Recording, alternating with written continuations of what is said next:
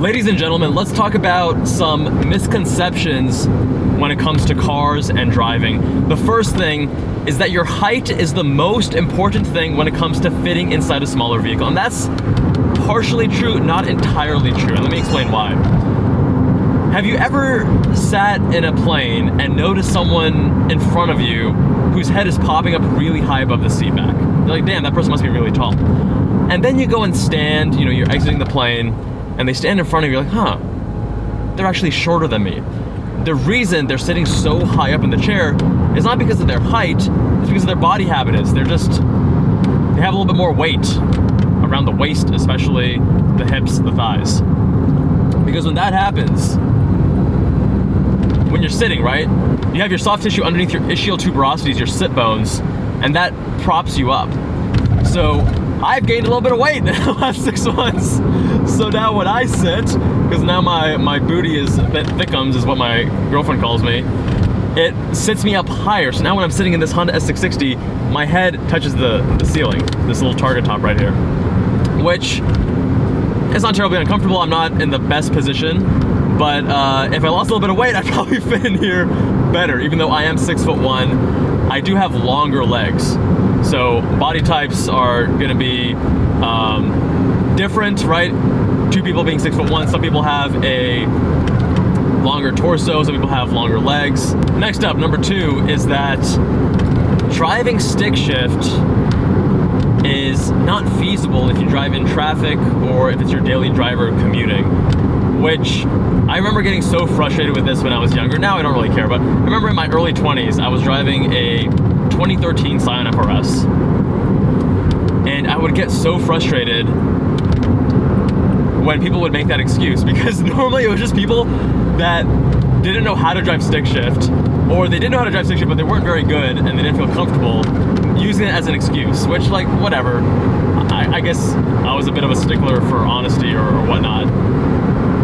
The truth is, driving stick shift in traffic is not a big deal. I drove that FRS, I even removed the clutch helper stick, so the clutch was heavier than stock, and it's not so bad. Unless you have some knee issues, unless you have some problems with your lower body, with your legs, that, your left foot engaging, disengaging the clutch, you're not gonna have a problem.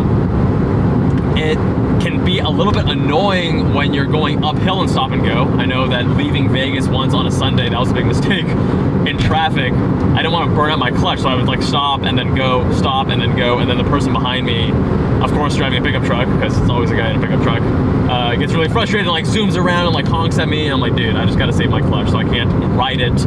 We're not going fast enough for me to just be in first, and I don't want to be riding my clutch all the way up that big hill leaving Vegas. So that's like the only time when I was like, this sucks. But in stop and go like this on flat surfaces, not a huge deal. Not a huge deal at all. And driving stick shift in a city, in traffic, whatever, is not a big deal. It's not that difficult, it's not that hard, it's not that tedious, and the trade-off is worth it. The trade-off being, it's a little bit less ideal in traffic, but the enjoyment you get every other moment of owning and driving that vehicle, much higher. Number 3 is that you need power to have fun, which is complete nonsense. This car has 63 horsepower, 76 pound-feet of torque. I mean, the car only weighs 1,830-ish pounds. But still, the power-to-weight ratio is not that amazing. But what I would argue is the people who care the most about power, one of two things. Either, well, normally these things are actually combined. They're not very good drivers, and they don't have a lot of experience. And you can add a few more things to that too. You can say that they're usually younger, they're usually really into stats and reading magazines. I mean, when I was younger, I cared so much about the 0 to 60 and the power and whatever. I get that. Once I started driving, I realized I give very few fucks about any of that stuff. The 0 to 60 in this, I don't even know what it is. It's slow as hell, but this car is still fun. It's peppy, and it's an experience. It's enjoyable, even if it's slow in a straight line. What I would argue is much more important is chassis balance and inputs. If a car is lightweight, nimble, great chassis, and fun inputs, something like this, apart from the steering, then that is much more fun than driving a Dodge Challenger that has however much horsepower, but is heavy and has garbage inputs and a garbage interior. Now, related to that is the relevance of power when it comes to lap times. This one's actually pretty funny. A lot of people think that a faster car is always going to be faster around the racetrack, and they underestimate the importance of the driver mod, is what it's called. How good you are as a driver, how much you can extract from a vehicle, how quickly you can take that vehicle around the track.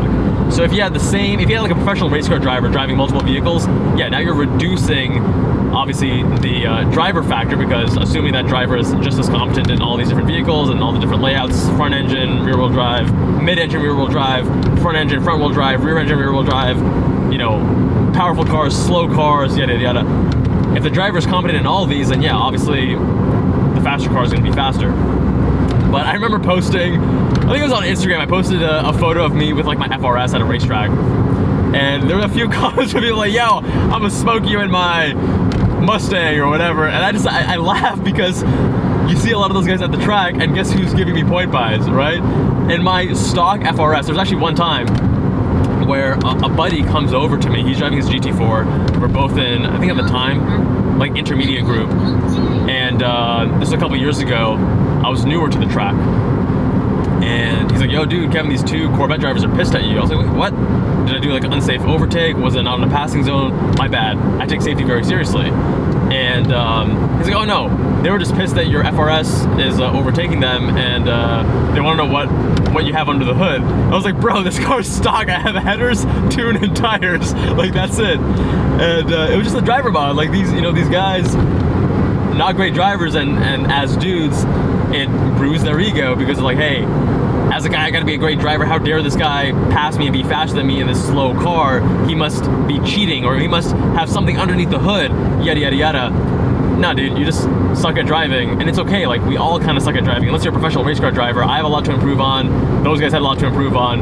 Obviously, more than I had to, but you know what I mean. One of the things I'm most grateful for is that when I got my FRS, I actually spent a lot of time autocrossing it, and that helped me really understand, well, playing video games too. Shout out to Gran Turismo. That probably taught me the basics of car physics when I was younger, but then autocross, doing it behind the wheel, it's a different experience, right?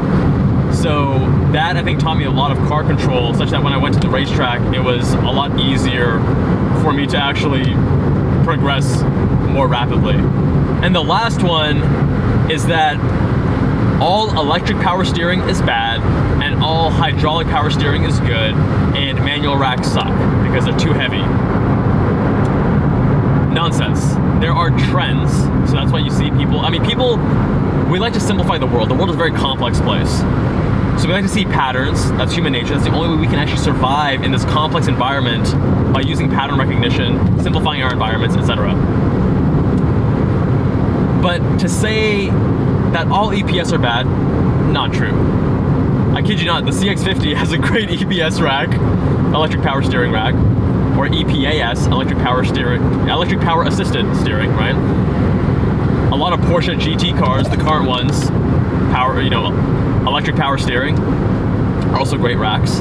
And yeah, a lot of sports cars with hydraulic racks, like my Lotus Emira, the Evora that came before it, certain BMWs, I guess, have great steering. Actually, I'm not going to say the BMWs, because I remember driving the E30 and the E36 and being a bit disappointed. I mean, like, yo, I thought these had like the best steering of any BMW, and it just wasn't as good as something like a Lotus. So I guess I'm spoiled by the Lotus racks.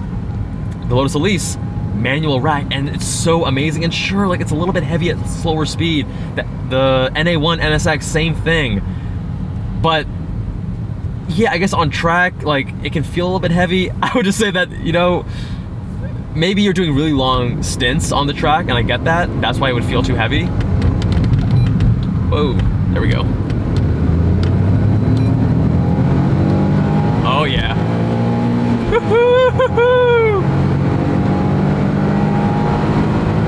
Slow car fast. So yeah, with a longer stint, I can understand how not having power steering is going to be a little bit difficult, a little bit challenging. But for the most part, I think people make it a bigger deal than it is. Like, if just driving around town with an unassisted rack is giving you issues, like, you know, like, in all seriousness, hit the gym. Like, increasing your strength is gonna make your life easier, not just with this, but with other things too. And the other trick you should know is that turning the wheels when the car is stationary is not good for the steering rack, not good for the car. It's also a lot harder. If you move just a little bit, even really slowly in either direction, front or back, it becomes so much easier to turn the wheel. Anyway, my friends, those are 5 misconceptions that even a lot of car enthusiasts have. Let me know if you have any more with a comment down below. Much love, and see you all in the next one.